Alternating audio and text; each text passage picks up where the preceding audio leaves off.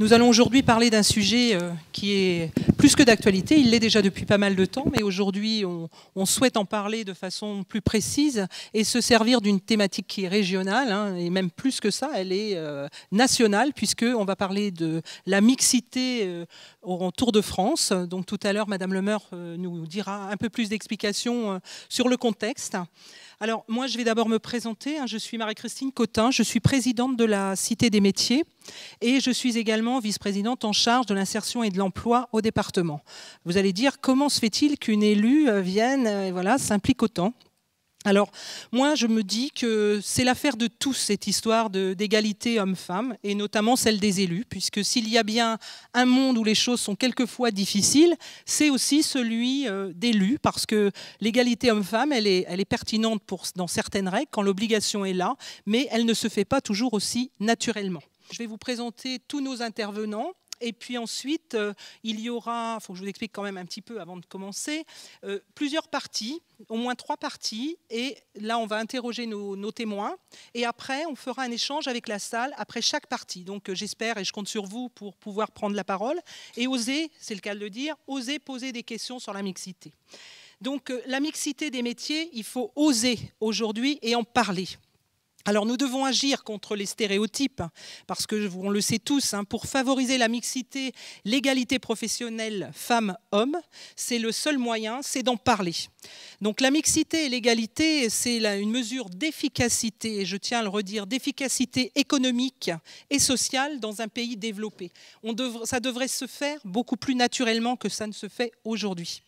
La mixité dans l'entreprise, c'est comme un autre facteur de diversité. Ça stimule les performances, c'est un plus pour chaque entreprise. Donc le travail des femmes ne doit plus être considéré comme une variable d'ajustement sur le marché du travail. Et malheureusement, il le reste encore. Pour certains, pour des hommes, c'est compliqué d'aller vers des métiers qu'on pourrait sexuer, mais pourtant on ne doit pas le faire. Et l'inverse est aussi évident. Il faut savoir qu'aujourd'hui, seulement 17% des métiers ont droit à la mixité. Alors c'est pour moi, quand j'ai pu constater ce pourcentage, j'ai trouvé ça quand même assez faible. Je pense qu'il y a vraiment des moyens de mieux faire.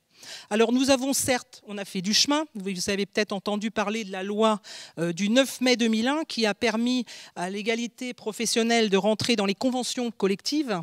Il y a également la loi du 23 mars 2006 qui a permis je ne veux pas dire que ça a vraiment amélioré considérablement la chose, mais ça a permis de réduire la différence dans la partie salaire. Il y a eu également la loi du 9 novembre 2010, où on parlait là de retraite, pour avoir des égalités plus au niveau retraite, qu'on soit un homme ou une femme. Donc aujourd'hui, vous le savez tous, on a des problématiques, des difficultés de recrutement, notamment dans des métiers industriels. La qualification ne doit pas être un problème, qu'on soit un homme ou une femme. On doit pouvoir répondre à des offres de nos entreprises. Et ça permet en plus d'améliorer ces métiers en tension et toutes ces problématiques d'offres et de demandes. Alors donc aujourd'hui, il nous appartient plus que jamais d'être un acteur de cette évolution et de ce changement. Donc aujourd'hui, pour en parler, alors je vais vous présenter Madame Le Meur, qui est directrice régionale de l'égalité homme-femme. Je vais vous inviter à nous expliquer le contexte de ce Tour de France de la mixité. Merci Madame Le Meur. Bonjour à tous, je vais d'abord me présenter, A.S. Le Meur, directrice régionale déléguée aux droits des femmes et à l'égalité entre les femmes et les hommes. J'appartiens au service de l'État, je suis basée à Rennes, à la préfecture de région. On est un service de l'administration d'État. Dans chaque région de France et dans chaque département, vous avez des délégués ou des directeurs et directrices qui sont en charge de toutes les questions de droits des femmes et d'égalité entre les femmes et les hommes. Donc on intervient sur plusieurs volets, tout ce qui est orientation scolaire, égalité professionnelle, accès aux droits, prévention et prise en charge des femmes victimes de violences. Donc voilà, on a un panel d'intervention très très large sur lequel on intervient avec tous les acteurs du territoire au niveau régional et au niveau départemental.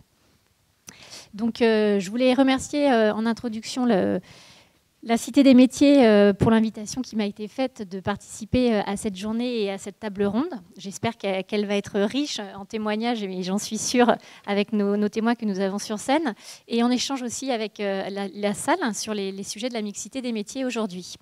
Donc, la Direction régionale aux droits des femmes a souhaité soutenir la Cité des métiers depuis plusieurs années sur les projets qu'elle a engagés sur les questions de mixité, afin qu'on puisse mieux informer le grand public, les scolaires et également les professionnels du territoire, pour qu'ils puissent trouver des réponses à leurs questions sur le champ de la mixité.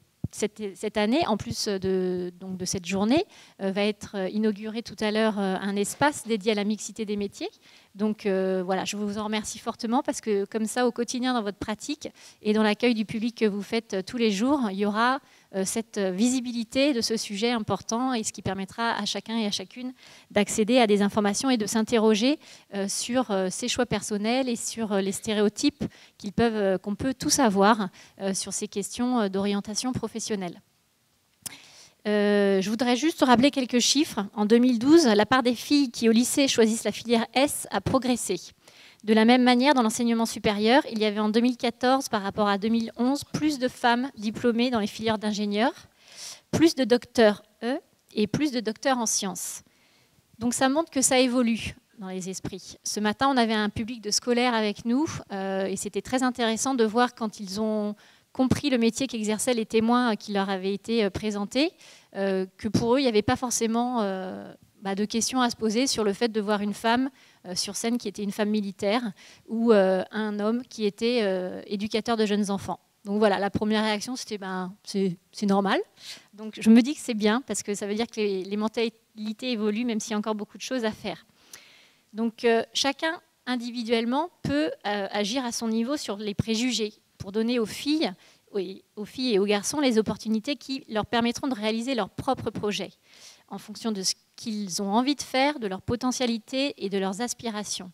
Il ne faut pas, sur les questions de mixité, on est vraiment là pour lever les barrières, se dire que tout est possible et que si on a envie, quand on est une fille, de faire de la mécanique, c'est possible, même si c'est un environnement très masculin, ou si on a envie, quand on est un garçon, d'être coiffeur ou d'être assistante sociale, il n'y a aucune raison de ne pas le devenir. Donc aujourd'hui, c'est l'enjeu de cette table ronde, c'est de réfléchir collectivement et de s'interroger. Cette journée aussi, elle s'inscrit, donc tout à l'heure, Marie-Christine Cotin vous l'a dit, dans un exercice qui est mené au niveau national, qui s'appelle le Tour de France de l'égalité. Donc c'est un exercice que la secrétaire d'État à l'égalité entre les femmes et les hommes, donc Marlène Schiappa, a souhaité lancer depuis début octobre dans tous les départements de France, pour qu'il y ait des ateliers qui se mettent en place pour discuter avec les citoyens et les citoyennes sur les questions d'égalité femmes-hommes, faire des constats ensemble et également faire des propositions à remonter au niveau national. Donc, je vais vous présenter rapidement en quelques slides cette démarche qui s'engage dans tous les départements. Et donc aujourd'hui, l'atelier que nous menons s'inscrit dans ce cadre. Le Tour de France, de quoi parle-t-on? Donc, au travers de consultations citoyennes, le Tour de France souhaite mobiliser la société civile autour de l'égalité femmes-hommes et faire émerger des nouvelles solutions pour que l'égalité soit en place une bonne fois pour toutes. Donc, elle a été lancée, comme je vous le disais, début octobre par le Premier ministre et elle comprend plusieurs phases. Donc, d'octobre à janvier, nous aurons des ateliers dans toute la France. On verra ensuite quelques exemples. En janvier, il y aura un événement au niveau régional sur une thématique. En février, au niveau national, cette fois-ci, un comité interministériel aux droits des femmes qui, suite à cette consultation citoyenne, va vraiment réfléchir aux nouvelles orientations du gouvernement sur les 5 ans du quinquennat. Et ensuite, le 8 mars 2018, donc Journée internationale des droits des femmes, les annonces seront faites par le Premier ministre ou le Président de la République sur les orientations du quinquennat. Donc, en France, il y a actuellement plus de 300 ateliers qui sont en train de se mettre en place. Donc là, c'est une cartographie, mais qui date de début octobre, donc elle a complètement évolué depuis, aussi bien dans les dom-toms que sur le territoire métropolitain. Donc plus de 300 ateliers et 9 grandes thématiques. Donc dans les thématiques, on retrouvera celles que nous avons aujourd'hui, mais ce Tour de France de l'égalité, il a vocation, on peut mettre la suivante aussi, à parler vraiment de tous les sujets qui ont lien avec les questions d'égalité femmes-hommes. Donc on va avoir des ateliers départementaux sur la santé des femmes, sur l'éducation et la sexualité dans les établissements scolaires par exemple, ou dans les lieux d'accueil des jeunes. Des ateliers qui vont porter sur les questions de conciliation des temps de vie privés et professionnels. Et là on en revient indirectement à la question aussi de la mixité des métiers, parce que pourquoi des fois on ne s'oriente pas dans une voie, c'est parce qu'on a aussi, de par nos obligations familiales et tout, pas forcément, on ne se projette pas forcément sur un type de métier qui nécessite par exemple une disponibilité horaire très importante. En quatrième sujet, par exemple, les questions de la place des femmes dans l'espace public. Donc ça renvoie aussi aux débats qui ont lieu actuellement sur les questions de harcèlement dans la rue. Cinquième sujet, l'accès et la mixité dans la pratique sportive, culturelle et des loisirs. Les femmes sont encore trop peu présentes dans certaines activités sportives, sont trop peu présentes dans certaines activités culturelles. Donc comment faire en sorte que là aussi, il y ait plus d'égalité ? La sixième thématique qui est l'égalité professionnelle et la mixité des métiers. Et aujourd'hui, on se situe bien dans ce cadre. La septième, la prévention des violences sexistes et sexuelles. La huitième, précarité des femmes. Et enfin, la neuvième, la lutte contre les stéréotypes qui, en fait, peut être appliquée à tous les domaines qui sont cités au-dessus. Donc en Bretagne, on a lancé ce Tour de France le 5 octobre dernier dans un lycée agricole. Et aujourd'hui, on a 25 ateliers qui sont en train de se mettre en place. Donc 4 aujourd'hui dans les Côtes-d'Armor, dont celui d'aujourd'hui, 10 dans le Finistère, 8 en Ille-et-Vilaine et 3 dans le Morbihan. Donc là, c'est juste des exemples d'ateliers avec les thématiques, le lieu, le public concerné. On est soit sur des ateliers grand public, soit sur des ateliers plus restreints. Donc voilà, tout est possible. Sachant que tout le monde peut faire des propositions d'ateliers Tour de France. Si vous êtes intéressé pour monter un atelier, nous sommes là pour pouvoir vous le permettre. Donc si vous voulez plus d'informations sur ce Tour de France, évidemment, vous pouvez aller sur le site du secrétariat d'État. Il y a également une page Facebook. Et autre chose qui est intéressant, sur la slide suivante, il y a un sondage qui est ouvert à tout le monde sur la page Facebook du secrétariat d'État pour interroger les citoyens et les citoyennes sur l'égalité femmes-hommes. Donc ça, tout le monde peut y accéder, tout le monde peut le remplir, et ça fera l'objet d'une synthèse nationale au niveau du gouvernement. Aujourd'hui, ce qu'on voudrait faire avec vous, c'est avec les témoins et avec la salle, sur chaque partie que l'on va traiter, donc il y a 3 parties dans l'atelier, avoir un temps d'échange à la fin de chaque partie pour sortir des constats sur chaque sujet, mais également peut-être être aussi dans la réflexion sur qu'est-ce qui pourrait être fait pour améliorer les choses. Parce que ces propositions-là, après nous, on peut les restituer et les transmettre au ministère. Donc voilà, aujourd'hui, c'est faire en sorte que cet atelier soit là pour réfléchir ensemble à ces questions de mixité, mais également pour proposer des choses. Donc surtout, n'hésitez pas à faire des propositions qui des fois peuvent vous paraître un petit peu pas forcément réfléchies ou trop construites, mais on est là pour tous en discuter et faire des propositions. Donc c'est très ouvert, n'hésitez pas. Voilà, le mot oser est d'actualité aujourd'hui. Il faut oser parler, oser intervenir. Bonjour à toutes et à tous. Donc Sylvie Tranchefant, moi je suis agricultrice à Saint-Judas, à côté de Dinan. Je suis en GAEC avec mon mari en production laitière. Moi, je suis assistant familial à Saint-Trimoil, donc à quelques kilomètres de Lamballe.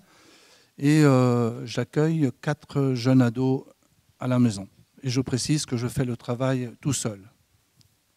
Moi, je suis chef d'équipe à l'Écluse du Légué, donc un métier technique.